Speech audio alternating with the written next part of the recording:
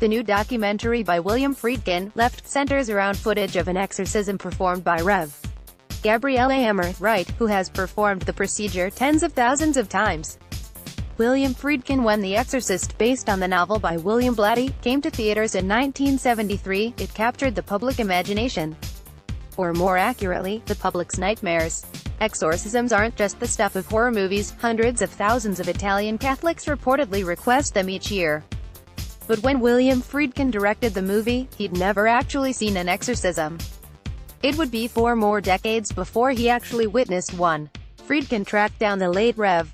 Gabriele Amorth, who was the chief exorcist of the Diocese of Rome, and asked if he could ever watch an exorcism. Which is never done, Friedkin says. It's not an entertainment, it's not for show. But he had a wide berth. Friedkin took a small camera with him, and that scene became the center of his new documentary The Devil and Father Amorth. Interview highlights on Christina, the woman who had the exorcism performed on her. She was an architect, and a very attractive, intelligent, soft-spoken, wonderful woman. And when she came into the room, I wondered, what is she doing here? What's this woman doing here? She seems to me to be totally together. And then during the exorcism, she completely unraveled. She spoke in a voice that was completely different from her own. She had what I would say was an unnatural amount of strength for a woman of her size and age. And her entire personality had altered. I was scared, seriously scared. I was 2 feet away from them. And it was terrifying.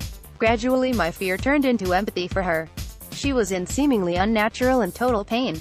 On what brain surgeons and psychiatrists said about his video, I expected they would debunk it and give me a medical or psychiatric term for it. The brain surgeons all said they don't know what this is. Now, these were guys who have done over 5,000 brain surgeries each. So I took it to them, and they all to a person said, we don't know what this is. It's not epilepsy, it's not a lesion in the temporal lobe. We would not know what to remove from her brain to solve this. And the psychiatrists told me, to my astonishment, that psychiatry now recognizes it as something called dissociative identity disorder, demonic possession. The doctor who was the head of the UCLA hospital said to me, in the film, just because we don't know about something doesn't mean it didn't happen. There are many things, like radioactivity, that we knew nothing about for the longest time. And now it has a name and it's a field of study. And maybe someday they'll find some medical or other term for possession. I don't know.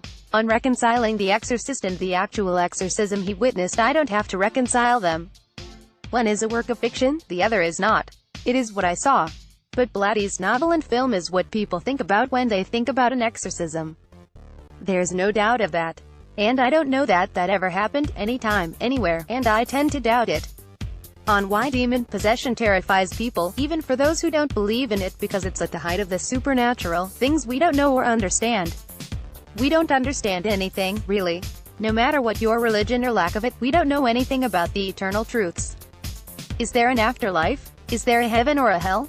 People can have faith or belief, but we know nothing. Not the Pope, not Bertrand Russell, or the greatest thinkers really know the answers to these questions. Ian Stewart and Ed McNulty produced and edited this story for broadcast. Patrick Jarnwitanen adapted.